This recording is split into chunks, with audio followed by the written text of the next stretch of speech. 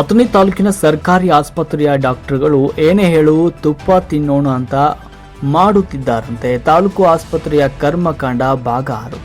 ಅಥಣಿ ತಾಲೂಕಿನಲ್ಲಿ ಸರ್ಕಾರಿ ಆಸ್ಪತ್ರೆ ಇದ್ದು ಅಲ್ಲಿ ಮಾಡೋದು ಬಿಟ್ಟು ಹಣ ಲೂಟಿಗೆ ಹಿಡಿದುಕೊಂಡಿದ್ದಾರೆ. ಇದನ್ನು ನೋಡಿಕೊಂಡಾಗ ಕಳ್ಳರ ಲಿಸ್ಟ್ನಲ್ಲಿ ಮಾಫಿಯಾ ಹೇಗೆ ಹೆಸರು ಪಡೆದುಕೊಂಡಿರುತ್ತದೆ ಹಾಗೆ ಇವರ ಹಗಲು ದರೋಡೆ ಮಾಡಿಕೊಳ್ತಿದ್ದಾರೆ. ಏನಂದ್ರೆ ಅಥಣಿ ತಾಲೂಕಿನ ಸರ್ಕಾರಿ ಆಸ್ಪತ್ರೆಯಲ್ಲಿ ಪ್ರತಿ ತಿಂಗಳಿನಂತೆ ಅಂಗವಿಕಲರು, ಬಿಪಿಎಲ್ ಕಾರ್ಡ್ ಸಂಖ್ಯೆ ಹೊಂದಿರುವ ಜನರು ರಾಜ್ಯ ಸರ್ಕಾರದ ಪಿಂಚಣಿ ಯೋಜನೆಯನ್ನ ಮಾಡಿಕೊಂಡು ಜನರು ಅಂಗವಿಕಲರ ಪಿಂಚಣಿ, ಸಂಧ್ಯಾ ಸುರಕ್ಷಾ, ವಿಧವಾ ವೇತನಗಳು, ರಾಷ್ಟ್ರೀಯ ಕೌಟುಂಬಿಕ, ಇಂದಿರಾ ಗಾಂಧಿ ಎನ್ನುವ ಹೆಸರಿನ ಪಿಂಚಣಿಯನ್ನ ರಾಜ್ಯ ಸರ್ಕಾರ ಮತ್ತು ಕೇಂದ್ರ ಸರ್ಕಾರದಿಂದ ಬಿಪಿಎಲ್ ಕಾರ್ಡ್ ಹೊಂದಿಕೊಂಡ ಜನರಿಗೆ ಹಾಗೆ ಅಂಗವಿಕಲರು ಇರ್ತಾರೆ. ವಿಧವಾ ವೇತನ ಅಂದರೆ ಗಂಡ ಸತ್ತ ಹೋದಂಥ ವಿಧವೆಯಾದ ಹೆಣ್ಣು ಮಕ್ಕಳಿಗೆ, ಜೊತೆಗೆ ವಯಸ್ಕರಾದ ವೃದ್ಧರಿಗೆ 1400 ರೂಪಾಯಿ 800 ರೂಪಾಯಿ ಪಿಂಚಣಿಯನ್ನು ಪಡೆದುಕೊಳ್ಳುವ ಅನ್ನುವ ಯೋಜನೆ ಜಾರಿಯಲ್ಲಿದೆ. ಆದರೆ ಇದಕ್ಕೆ ತಮ್ಮದಾದ ಸುತ್ತೋಲೆ ಕೂಡ ರಾಜ್ಯ ಸರ್ಕಾರ ಮಾಡಿಕೊಂಡಿರುತ್ತದೆ. ಆ ಸುತ್ತೋಲೆ ಪ್ರಕಾರದಲ್ಲಿ ration card, Aadhaar card, bank passbook, ವಿಧವಾ ವೇತನ ಇದ್ದರೆ ಮರಣಿರುತ್ತಾರೆ ಮತ್ತು ಉತ್ತರಜೀವಿ ಇರಬೇಕು ಮತ್ತು ಸರ್ಕಾರಿ ಡಾಕ್ಟರ್ ವೈದ್ಯಕೀಯ ಸುತ್ತೋಲೆ ಇರುತ್ತದೆ.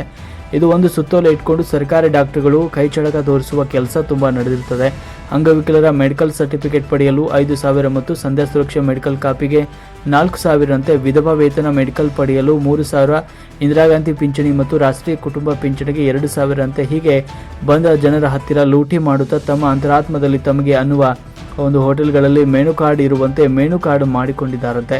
ವಿಧವೆಯರ ಹತ್ತಿರ ದುಡ್ಡನ್ನು ಪಡೆದುಕೊಳ್ಳುವುದು, ಅಂಗವಿಕಲರ ಹತ್ತಿರ ದುಡ್ಡನ್ನು ಪಡೆದುಕೊಳ್ಳುವುದು, ವಯಸ್ಕರಾದವರ ಹತ್ತಿರ ಕೂಡ ಜನರ ಹತ್ತಿರ ದುಡ್ಡನ್ನು ಪಡೆದುಕೊಳ್ಳುವುದು ಎಲ್ಲ ನಾಚಿಕೆಗೇಡಿನ ಕೆಲಸ ಅಲ್ಲವೋ?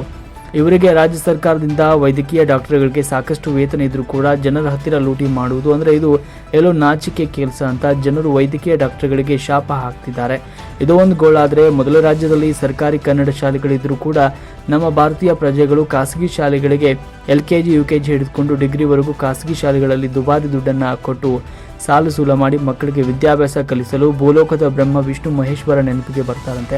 ಅದೇ ವಿದ್ಯಾರ್ಥಿಗಳ ಹತ್ತಿರ ಸರ್ಕಾರದ ಜಾತಿ ಪ್ರಮಾಣ ಪತ್ರ, ಡೊಮಿನ್ಷಿಯಲ್ಗಳು ಮತ್ತು ಇನ್ಕಮ್ ಪ್ರಮಾಣ ಪತ್ರ, ಸಿಂಧುತ್ವ ಪ್ರಮಾಣ ಪತ್ರ, ತಹಶೀಲ್ದಾರ್ ರಹವಾಸಿ ಪ್ರಮಾಣ ಪತ್ರ ಪಡೆದುಕೊಳ್ಳಲು ತಹಶೀಲ್ದಾರ್ ಕಚೇರಿಯಲ್ಲಿ ಪಡೆದುಕೊಂಡು ಹೋದಾಗ ನಿಮ್ಮ ಸಂಪೂರ್ಣ ದಾಖಲೆ ಅಟೆಸ್ಟೆಡ್ ಮಾಡಿಕೊಂಡು ಬನ್ನಿ ಅಂತಾರೆ.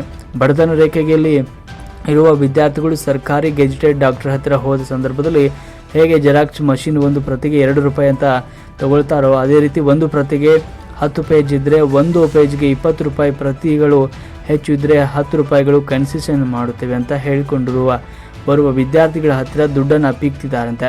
ಜನರು ಇದನ್ನು ಕೇಳಿ ಎಂಥ ಒಂದು ಹಲ್ಕಟ್ಗಿರಿ ಕೆಲಸ ಮಾಡ್ತಿದ್ದಾರೆ ಅಂತ ಶಾಲೆಯ ಮಕ್ಕಳು ಮತ್ತು ವಿದ್ಯಾರ್ಥಿಗಳು ಮಾತನಾಡ್ತಿದ್ದಾರೆ. ಅಥಣಿ ತಾಲೂಕಿನ ಹಗರಣಗಳಲ್ಲಿ ಮೊದಲು ಸೆಂಚುರಿ ಹೊಡೆದಿದ್ದು ಪುರಸಭೆಯ ಹಾಫ್ ಸೆಂಚುರಿ ಹೊಡೆದಿರುವುದು ತಾಲೂಕಿನ ಆಸ್ಪತ್ರೆ 2ನೇ ಪಟ್ಟಿಯಲ್ಲಿದೆ. ಈಗಾಗಲೇ ಸರ್ಕಾರಿ ಆಸ್ಪತ್ರೆಗೆ ಬರುವ ಗರ್ಭಿಣಿಯರ ಹತ್ತಿರ ಲೂಟಿ ಮಾಡಿದ ಹಗರಣಗಳು ಮತ್ತು ಸಾವಿಗೆ ತುತ್ತಾದ ಗರ್ಭಿಣಿಯ ಘಟನೆ ಅಥಣಿ ತಾಲೂಕಿನ ಜನರ ಎಲ್ಲವನ್ನೂ ನೋಡಿದ್ದಾರೆ. ಇಷ್ಟಾದರೂ ಕೂಡ ಮೇಲಾಧಿಕಾರಿಗಳು ಇದ್ದಾರೋ ಅಥವಾ ಇಲ್ಲವೋ ಅಂತ ಜನರು ಮಾತನಾಡ್ತಿದ್ದಾರೆ.